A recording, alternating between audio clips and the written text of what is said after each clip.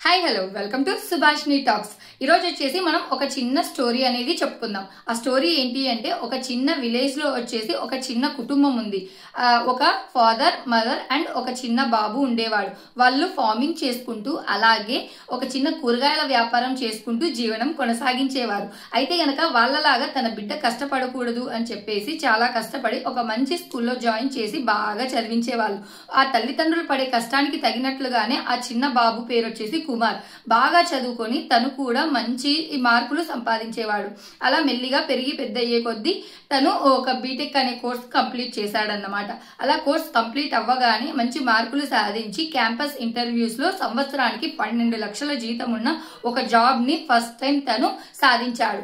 అయితే గనక ఆ విధంగా ఫస్ట్ అటెంప్ట్ లోనే ఒక మంచి జాబ్ వచ్చినందుకు వాళ్ళ తల్లిదండ్రులు చాలా హ్యాపీగా ఫీల్ అయ్యి ఊరందరినీ పిలిచి భోజనాలు పెట్టి ఇలా మా అబ్బాయికి జాబ్ వచ్చింది అని చెప్పి ఆ సంతోషాన్ని షేర్ చేసుకున్నారన్నమాట. ఇలా చాలా హ్యాపీగా ఆ కుటుంబం గడిచేది. అయితే కనుక కుమార్ అనే వ్యక్తికి జాబ్ వచ్చింది కదా, సో కంపెనీకి వెళ్ళాలి కాబట్టి తను బెంగళూరు షిఫ్ట్ అయ్యాడు. ఒక హాస్టల్లో ఉంటూ తను జాబ్ అయితే చేసుకుంటూ ఉండేవాడు. అయితే అక్కడ కంపెనీలోని ఎంప్లాయీస్ అందరూ సేవింగ్స్ గురించి అలాగే ఇన్వెస్ట్మెంట్స్, ఇన్సూరెన్స్ ప్లాన్స్ ఇలా ప్రతి ఒక్కటి ఇన్ఫర్మేషన్ షేర్ చేసుకునే వాళ్ళు ఎలా సేవ్ చేస్తున్నారు అనేది. అయితే కనుక తిను పల్లెటూరులో పుట్టి పెరగడం వల్ల అలాంటి విషయాలు ఎక్కువగా తెలియవు. చాలా బాగా చదువుకున్నప్పటికీ కొంత మాత్రమే అవేర్నెస్ ఉంది.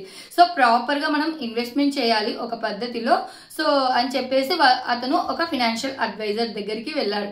సో తన సిచ్యువేషన్ అంతా చెప్పి తన శాలరీ చెప్పేసి, సో నేను ఎలా చేయాలి, ఇన్వెస్ట్మెంట్స్ ఏవి తీసుకుంటే మంచిది అని అడిగాడు. అయితే కనుక ఆ ఫైనాన్షియల్ అడ్వైజర్ ఒక 3 పాలసీస్ ని లైక్ ఒక 3 స్కీమ్స్ ని ఇంట్రడ్యూస్ చేశాడనమాట. తర్వాత వచ్చేసి ఇన్వెస్ట్మెంట్స్ అండ్ సేవింగ్స్ అనమాట. సో ఇన్వెస్ట్మెంట్ మ్యూచువల్ ఫండ్ లో చేసుకోండి, అలాగే సేవింగ్ అనేది గ్యారంటీడ్ రిటర్న్స్ ఉన్న స్కీమ్ లో, పోస్ట్ ఆఫీస్ లాంటి స్కీమ్స్ లో కొంత మనీ అనేది సేవ్ చేసుకోండి అని చెప్పాడు. రెండవది వచ్చేసి, సో ఫాదర్ మదర్ ఉన్నారు, ఫ్యూచర్ లో మ్యారేజ్ అయ్యి పిల్లలు పుట్టాక అందుకు ఏవైనా హెల్త్ సమస్యలు వస్తే గనక సో చూపించుకోవడానికి హెల్త్ ఇన్సూరెన్స్ ప్లాన్ ఒకటి సజెస్ట్ చేశాడు. థర్డ్ వన్ వచ్చేసి టర్మ్ ఇన్సూరెన్స్ ప్లాన్ సజెస్ట్ చేశాడు. అయితే కనుక ఇతనికి చిన్న ఏజ్ ఉండటం వల్ల ఇన్సూరెన్స్ ఎందుకు, ఇప్పుడే అంత అవసరం ఏముంది, ఎలాంటి ప్రాబ్లమ్స్ వస్తాయి, ఏమీ రావు కదా అని చెప్పేసి తనైతే గనక ఇన్వెస్ట్మెంట్ అండ్ సేవింగ్స్ అనేది స్టార్ట్ చేశాడు అనమాట. ఆ ఒక్క సజెషన్ మాత్రమే తీసుకున్నాడు. అయితే అతనికి ఒక 27 ఇయర్స్ ఏజ్ వచ్చాక వాళ్ళ తల్లిదండ్రులు మ్యారేజ్ చేశారు. అయితే ఇంకా మ్యారేజ్ అయిన తర్వాత మళ్ళీ తను ప్రెగ్నెంట్ అయ్యి ఇలా హాస్పిటల్ ఖర్చులు అన్ని ఒకదాని తర్వాత ఒకటి రావడం తోటి సో ఫైనాన్షియల్ అడ్వైజర్ చెప్పిన ఐడియా అనేది గుర్తొచ్చి తను హెల్త్ ఇన్సూరెన్స్ ప్లాన్ తీసుకున్నాడు. ఎందుకంటే నెక్స్ట్ పిల్లలు పుడతారు, వాళ్ళకి ఏ మాత్రం ఏదైనా హెల్త్ బాగలేకపోయినా కూడా ప్రజెంట్ హాస్పిటల్స్ వచ్చేసి చాలా ఖర్చు అవుతుంది కదా హాస్పిటల్ కి వెళ్తే. సో అందువల్ల హెల్త్ ఇన్సూరెన్స్ తీసుకున్నాడు. అగైన్ మళ్ళీ ఫైనాన్షియల్ అడ్వైజర్ టర్మ్ ఇన్సూరెన్స్ గురించి సజెస్ట్ చేశాడు. కానీ ఇన్సూరెన్స్ ఎందుకు, సో ఇన్సూరెన్స్ తీసుకుంటే మనుషులు చచ్చిపోతారు కదా అని చెప్పేసి అతను ఒక అపోహ ఉండేదన్నమాట. విలేజ్ లో పుట్టి పెరగడం వల్ల అక్కడ ఉన్న వాళ్ళందరూ ఇన్సూరెన్స్ అనేది తీసుకుంటే వాళ్ళు చనిపోయారు, సో వాళ్ళ కుటుంబానికి ఇలా డబ్బులు వస్తాయి అనే విషయం తెలిసినా కూడా ఇన్సూరెన్స్ తీసుకుంటే అమ్మో మనం చనిపోదాం వద్దు అని చెప్పి తీసుకునేవాడు కాదు. అలాంటి ఒక చిన్న మూర్ఖత్వం ఉండేది. అయితే కనుక అలా రోజులు గడుస్తున్న కొద్దీ 2 పిల్లలు అయ్యారు కుమార్ అనే వ్యక్తికి. సో కుటుంబం చాలా బాగా హ్యాపీగా సంతోషంగా గడిచిపోతుంది. అలాగే ఎవ్రీ ఇయర్ వచ్చేసి చాలా బాగా ట్రిప్స్ కూడా వెళ్ళేవాళ్ళు అనమాట. సమ్మర్ వెకేషన్స్ కి అలాగే పండుగలు వచ్చినప్పుడు దైవ దర్శనం కోసం ఇలా ట్రిప్స్ వెళ్తూ జాలీగా గడిపేవాళ్ళు. సో పిల్లలు పెరిగి పెద్ద అయ్యే కొద్దీ ఎడ్యుకేషన్ కి వచ్చేసి ఆల్రెడీ అతను సేవ్ చేస్తున్న మనీ అనేది కొద్దో గొప్ప యూజ్ అవుతూ ఉంది.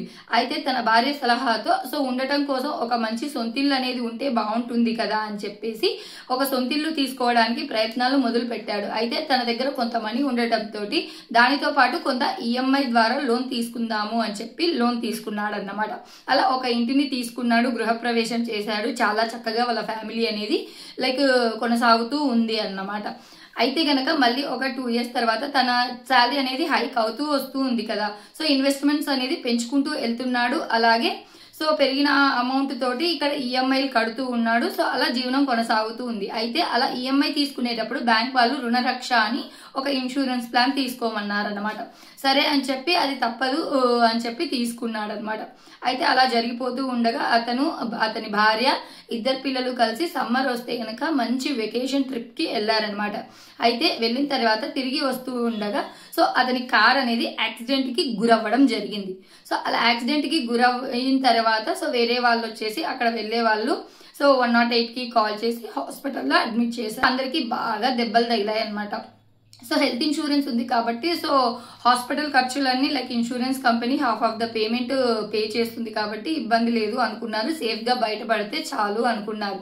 అయితే గనక అలా ట్రీట్మెంట్ తీసుకుంటున్న సమయంలో వచ్చేసి వైఫ్, పిల్లలు అందరూ చాలా తొందరగా క్యూర్ అయ్యారు. ఇతను మాత్రం క్యూర్ అవ్వలేకపోయాడు. చాలా లైక్ ఫ్రాక్చర్స్ అయ్యాయి. తన హార్ట్ బీట్ కి సంబంధించి కూడా సంథింగ్ కొన్ని గాయాలు అవ్వడం వల్ల సో అతను ఎక్కువ కాలం బతికే ఛాన్స్ లేదు అని చెప్పేసి డాక్టర్లు వాళ్ళకి చెప్పలేదు, కానీ ట్రీట్మెంట్ అయితే కొనసాగిస్తున్నారు. అయితే కనుక అనుకోకుండా అతను చనిపోయాడు అనమాట. చనిపోయేసరికి తన భార్య కొద్ది గొప్ప చదువుకున్నా గానీ ఎలాంటి ఉద్యోగం చేయకుండా హౌస్ వైఫ్ గా ఉంటూ పిల్లల్ని చూసుకునేది కాబట్టి బయట ప్రపంచం పెద్దగా తెలియదు.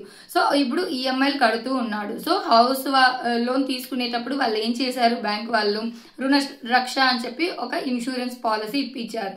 అయితే కనుక ఆ రుణరక్ష ఇన్సూరెన్స్ పాలసీ అనేది మన హౌస్ లోన్ ఎంతైతే తీసుకుంటామో సో ఆ వ్యక్తికి ఏదైనా జరిగినప్పుడు దాన్ని భర్తీ చేసి ఇల్లు అనేది సో ఓనర్స్ కి సొంతం అయ్యేలాగా ఉంటుందన్నమాట. సో ఆ లోన్ అనేది అతను చనిపోయాడు కదా, ఇప్పుడు రుణరక్ష శాంక్షన్ అయ్యింది. కాకపోతే ఆ అమౌంట్ ఫ్యామిలీకి ఇవ్వలేదు. హౌస్ లోన్ అనేది క్లియర్ చేసి బ్యాంక్ వాళ్ళు ఇంటిని ఆ భార్యకి, పిల్లలకి అప్పగించారు. అయితే మరి వాళ్ళ జీవితం పరిస్థితి ఏంటి, నెక్స్ట్ వాళ్ళ ఫర్దర్ గా వాళ్ళ పిల్లల చదువులేంటి, డైలీ రొటీన్ గడవాలి అంటే వాళ్ళు చాలా కష్టపడాల్సి వస్తుంది. అదే తను ఫినాన్షియల్ అడ్వైజర్ మాట విని టర్మ్ ఇన్సూరెన్స్ తీసుకున్నట్లయితే అలా ఏదైనా అనుకోని ప్రమాదం జరిగినా కూడా ఇప్పుడు హౌస్ అనేది నిలబడింది, కానీ డైలీ రొటీన్స్ అనేవి జరగాలి కదా. అందుకే టర్మ్ ఇన్సూరెన్స్ ప్లాన్ అన్నది తీసుకున్నట్లయితే కనుక ఏదైనా ప్రమాదం జరిగినప్పుడు 1 crore టర్మ్ ఇన్సూరెన్స్ ప్లాన్ కనుక రిలీజ్ అయితే కనుక అది కేవలం కుటుంబానికి మాత్రమే చెందుతుంది ఆ అమౌంట్ అనేది. సో అలా అమౌంట్ శాంక్షన్ అయినప్పుడు దాన్ని వచ్చేసి మనం ఏదైనా బ్యాంక్ లో పెట్టుకున్నా కూడా మినిమం ఇంట్రెస్ట్ తో కూడా మనం ప్రతి నెల వడ్డీ తీసుకున్నా కూడా వాళ్ళ ఫ్యామిలీ యొక్క జీవితం అనేది కొనసాగేది. ఇప్పుడు తను బయటికి వెళ్ళి చాలా కష్టపడాల్సిన సమయం వచ్చింది. సో తనకు సరిగ్గా తెలియదు, చిన్న చిన్నగా పనులు చేసుకుంటూ చాలా కష్టపడుతూ ఉండేవాళ్ళు. సో అందుకే అండి ఈ స్టోరీ ద్వారా మీకేమర్థమైంది, ఒక ఫినాన్షియల్ అడ్వైజర్ మీ దగ్గరికి వచ్చి ఒక టర్మ్ ఇన్సూరెన్స్ గురించి కానివ్వండి, ఒక హెల్త్ ఇన్సూరెన్స్, సేవింగ్స్ ఏవైనా చెప్పినప్పుడు మీ మనీని అడ్జస్ట్మెంట్ చేసుకొని మీ శాలరీలో కొంత మొత్తాన్ని తప్పకుండా వాళ్ళు చెప్పినట్టు సేవ్ చేసుకోవడం స్టార్ట్ చేయండి. అది మీ కుటుంబానికి మంచి ఇన్వెస్ట్మెంట్స్ ద్వారా మీ మనీని గ్రో చేయడంతో పాటు మంచి రిటర్న్స్ ఇవ్వడంతో పాటు ఏదైనా జరిగినట్లయితే మీ ఫ్యామిలీకి ప్రొటెక్షన్ ని కూడా ఇస్తుందన్నమాట ఇన్సూరెన్స్ అనేది. సో తప్పకుండా ఫైనాన్షియల్ అడ్వైజర్ సలహా మేరకు ఖచ్చితంగా ఇన్వెస్ట్మెంట్, సేవింగ్స్ ఒక్కటే కాదు, మీ ఫ్యామిలీ ప్రొటెక్షన్ కోసం ఇన్సూరెన్స్ కూడా తప్పకుండా తీసుకోండి.